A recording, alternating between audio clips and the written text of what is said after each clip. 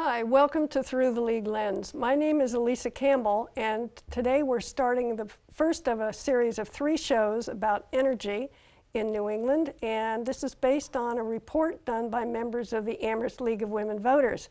And what we're doing is having 2 people from the committee at a time come on and talk about particular subjects, so these 3 shows will all be related.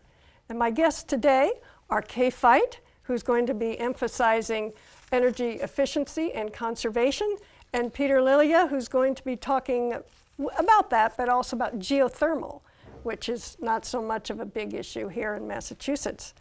So we decided it made sense to start with Kay and with various forms of efficiency. So, Thank you, Elisa. It's a pleasure to be here on behalf of the committee. I wanted to share some of the information that I've been gathering about how all of us can make our contribution to saving energy and being more involved in energy conservation. And part of my motivation, quite frankly, is that my home is fully electric. And when I bought the home in 1970, it was very inexpensive. But of course now it's a very different situation. So I have really looked into and have taken advantage of a number of ways in which I could, and others certainly can, improve the energy efficiency and cost of heating and electricity in their homes. well, I know I've heard that that's the cheapest way of getting, quote, more energy is to save some of what we're not using so efficiently. So that's right. There's a lot of quotations that one can find on the web about how the cheapest and cleanest energy resource that we have at our fingertips and the most relatively untapped is energy efficiency and conservation. Estimates range, but the agreement is pretty much in the ballpark of we could save 30% of the energy that we are using nationally. okay, so where do we start? So, good question. There are a number of agencies that have been interested in really improving energy policy with regard to these particular issues. The federal government, not surprisingly, is substantially involved, although some of us feel could do a little more in terms of the incentives that have been made available. But there was a major energy act that was passed in 2007, and it's called the Energy Independence and Security Act, and it particularly focused on mandating that there be increased fuel efficiency for cars and trucks by the year 2020, increased lamp and lighting efficiency standards with the goal of reducing energy usage in that area by 30%. By 2020, establish regional standards for different parts of the country. Of course, it varies depending on what the energy demands are, for heating and cooling products, and major promotion of combined heat and power generation. And a wonderful example of that is on our own University of Massachusetts campus, which is really one of the most outstanding combined heating and energy producing plants in the nation. So the new power plant there both generates electricity and uses the heat left over from that to heat buildings. Exactly. Yeah. And I believe it's being hailed as a model of this kind of combined use. Okay. Our own state is quite in the lead with regard to promoting energy efficiency and conservation. And one of the acts that we're hearing more and more about is the Massachusetts Green Communities Act, which I believe Amherst is very eager to take advantage of. There are now something like 86 cities and towns in Massachusetts that have been designated green communities. And there are a number of criteria that have to be met, one of which is essentially developing what's called a stretch building code that would require that all new buildings and major renovations to buildings and homes meet a higher standard for energy efficiency. And that has been coupled with grants being made available to develop renewable energy projects and projects to increase energy efficiency in local communities. Okay. And then what? Beyond state and federal government? Yes, well then of course, we say charity begins at home, so does energy efficiency and conservation. I'd like to just mention a couple of things that could make a huge difference over time. In many cases we tend to think short range, but the kinds of improvements that really make a difference are the ones that require some investment up front. And one of the major actions that we can all take is to think about generating our own electricity. And the easiest and most practical way to do that for residences at the moment is with solar energy, solar energy panels. And we're going to have one of our members, Susan Mellinger, is going to talk about the various options that are available in that another regard. show. Yeah. Exactly. Okay. Wind is not yet really feasible for residential use, but there are many interesting designs out there that are being developed that may, in the near future, become available in a feasible way. And Peter's going to talk a little bit about geothermal, which is another down the road It's another option. possibility for home use, actually, and I'll talk about that. Okay. Right. So one of the first things that anyone can do is have a home energy audit, and I'm speaking as someone who has done that, and it was quite extensive. Actually, it took a couple of hours, and the unexpected good news was that even though my house was built in the mid-70s, it was really pretty well insulated. But there were a number of suggestions that were made. For example, changing the thermostats to programmable thermostats, adding insulation in the attic, adding storm window inserts on the inside, which turns out to be a very simple process if you have a free Saturday morning.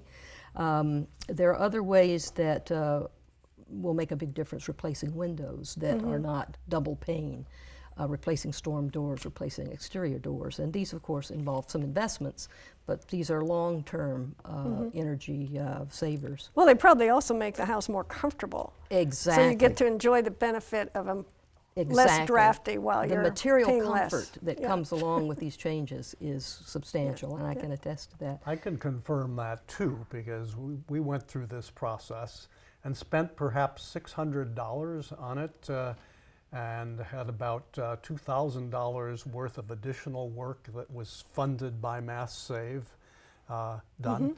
And it really improves the comfort of your home. I mean, it's noticeable. Yeah, I didn't do anything quite so extensive, but I got a new furnace a few years ago. I have hot forced air, and there was a sale on them, and there was a tax deduction if you got a new, more efficient furnace.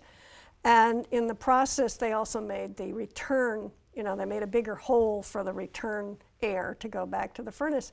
And now I can keep my thermostat at 62 all winter long and be more comfortable than I used to be in the 70s. Because the air is it's not so drafty. Right, right. And that's absolutely. Who knew? Exactly, exactly. Anyway. So insulating is really important. Weather stripping around doors and windows. The other big change is to switch to more efficient lighting. Compact fluorescent lights are very different now than they were when they first came on the market. People used to complain about, oh, they're so cold, they're so, sort of institutional, but now they come in all sorts of energy spectra, so you can get these bulbs that are really quite warm.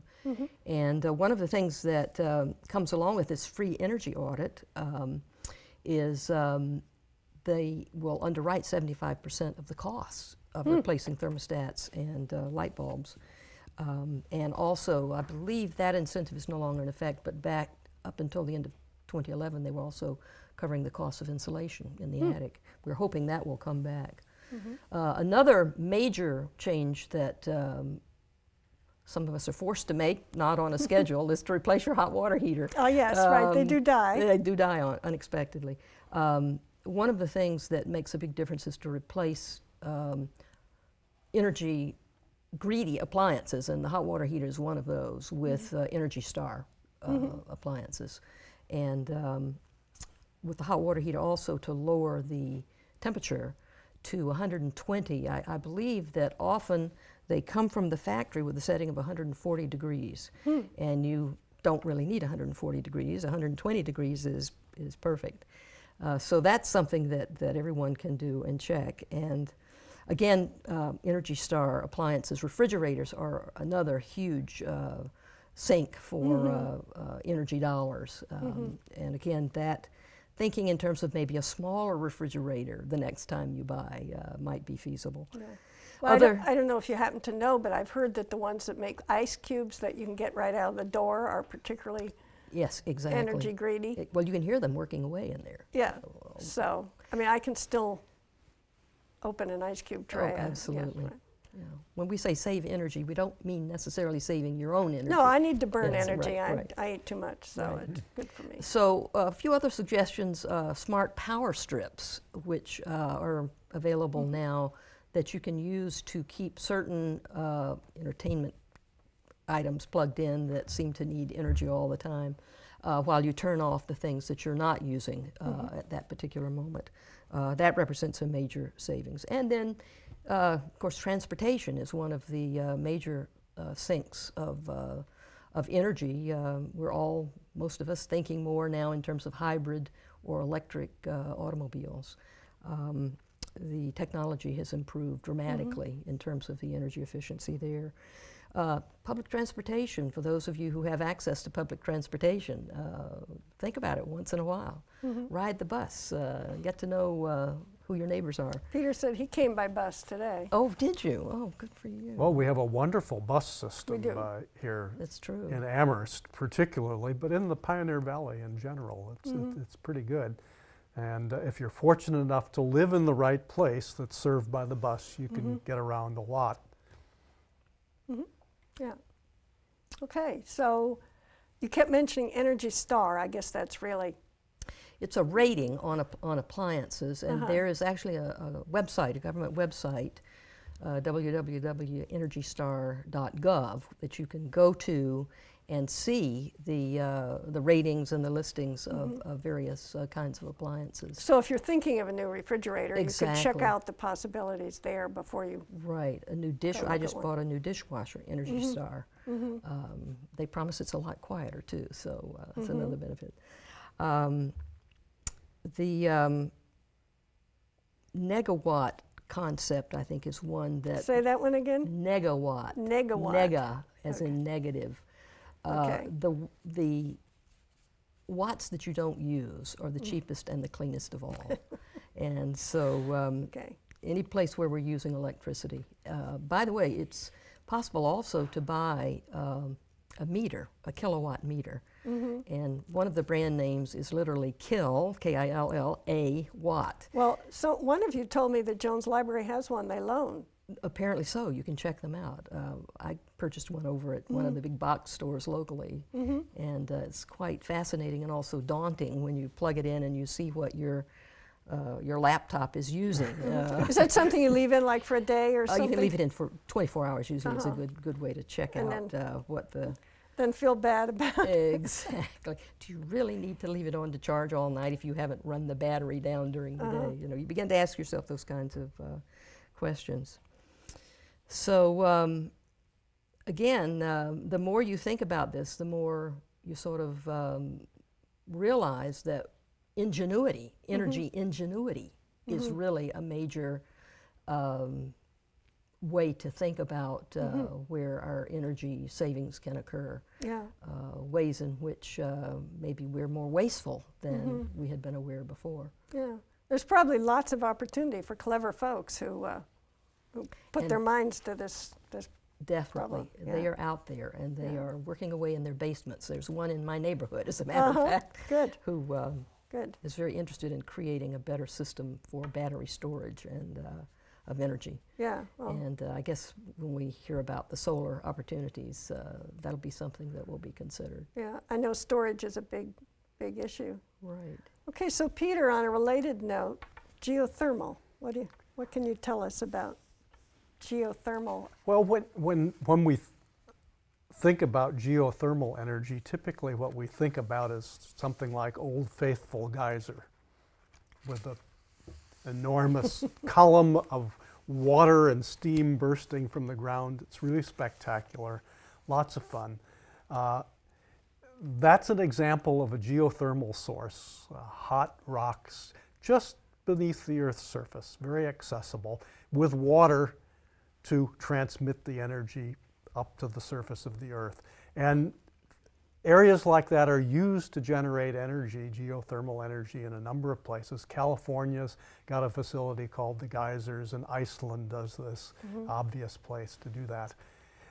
Unfortunately for New England, that's not what we have here. We don't have hot rocks close to the surface of our ground that we can tap for this kind of geothermal energy. So what is relevant to New England? And that is something called a ground source heat pump. On a cold winter day, you can walk into the Lord Jeffrey Inn and be nice and comfortable. That's coming from a ground source heat pump. So what is this? Well, a heat pump basically is an air conditioner or a refrigerator. It's a device that uses energy to transfer heat from a warmer place to a cooler place, just exactly the opposite of the way heat wants to flow. And that's the reason it takes energy. And this can be done very, very efficiently. Using an equivalent amount of electricity that you could put through a baseboard heater and get some heat, a heat pump can give you 3, 4, up to 6 times more heat for the same amount of electricity. Now, I understand it basically works on the fact that groundwater has a pretty consistent temperature in the, what, 50s? This is the ground source heat pump. Right. Yes. Heat pumps can be air source or ground source. Your classic air conditioner works sort of like an air source heat pump. It dumps the excess heat out in the summer into the air. Takes out of your house and gives it to your neighborhood. And it sucks what heat there is in the air in the winter in and dumps it into your house. Right. But there's a real advantage to having your source not be the air but be the earth around your house, in the form of coils buried, say, 8 feet down or more, or holes bored by a drill with tubing put in for heat exchange. And there you're exchanging heat with a cooler source in the summer, but a warmer source in the winter than you would be if you were using the air. And the reason for that is that the temperature underground stays relatively even throughout the year. The farther down you go, the more even it gets. And this lets the heat pump be even more efficient.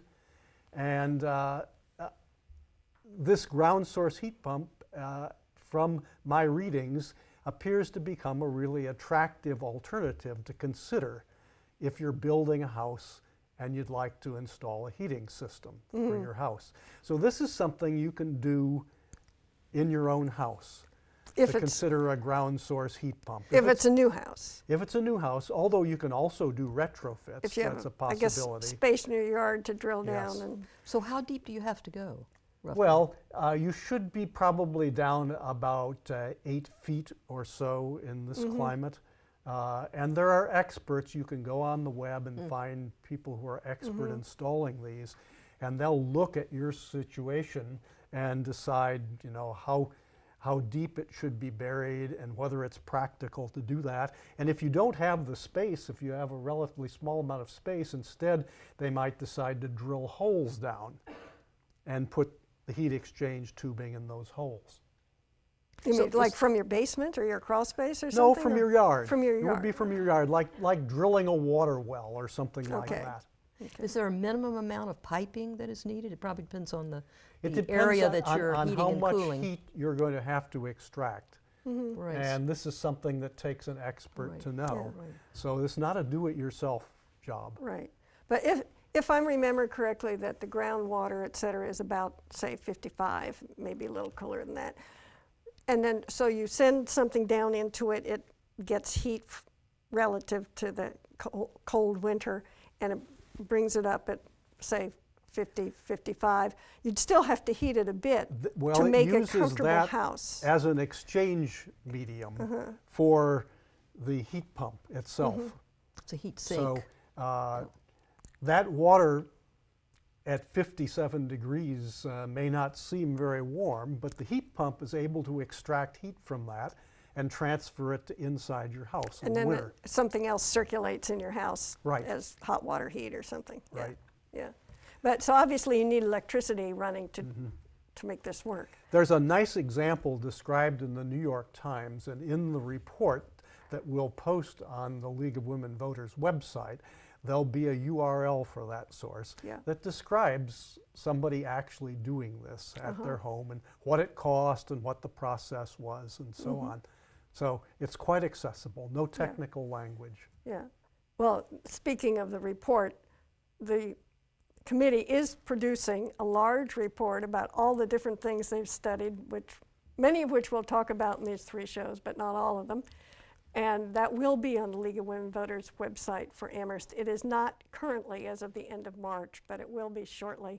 It might come on in pieces. It may not all come on as one big thing, but as various parts of the report get done, it will be posted, and anyone will be able to go there and look at sections of it, as you say. So, but it sounds like between efficiency and other things, which we'll get to solar and wind shortly, but with other folks, that obviously efficiency is the quickest and least expensive, and it doesn't have external issues that wind and solar and stuff might determine. I don't know if geothermal has any external issues other than just the cost of drilling, but I mean, if you put in a geothermal thing, could your neighbor also put in one and stuff? Is there any kind, do you know if there any kind of density limitation as to how many of those can go in a neighborhood? There is, in fact,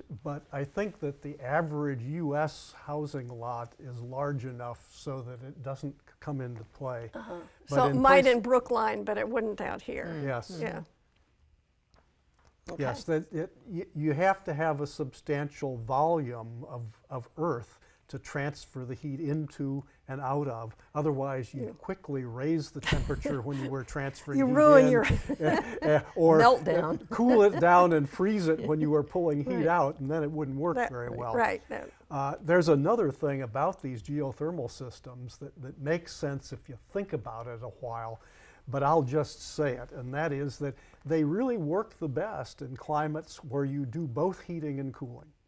Where part of the year you use your heat sink to dump heat into, and part of the year you use it to pull heat out of.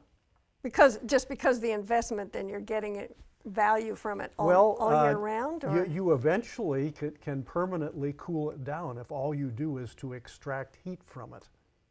Oh. But if you're pulling heat out in the winter, but you're replacing it in the summer, you're keeping its temperature relatively even. Which would be the goal, keeping that's in an equilibrium. That's an attractive So it would be sort of in thing. New England and northeastern U.S. Yes. It would be, as opposed to Florida, it might not be such a... I have heard experts disagree on whether air source heat pumps work very well in New England. One of my neighbors does have one, but ground source heat pumps certainly will work in New England. You just have to drill through some dirt and granite and whatever and put in your pipes. Hopefully not granite. Hopefully not granite. Right, if your house is on a ledge, that might not be the preferred. That's right. I'm sure not that ideal for there are coastal Maine. houses where you just couldn't do this because to do it would be just too expensive. Yeah. So Kay, have you got mostly compact fluorescents and LEDs and things now? Total. Do you have any LEDs? I haven't gone to LEDs yet, except for my flat screen TV. But, right. But in terms of the lights. Which is very efficient. Yes, and they're very expensive, but people say they really produce bright light with when they did no the energy heat, audit, they came free.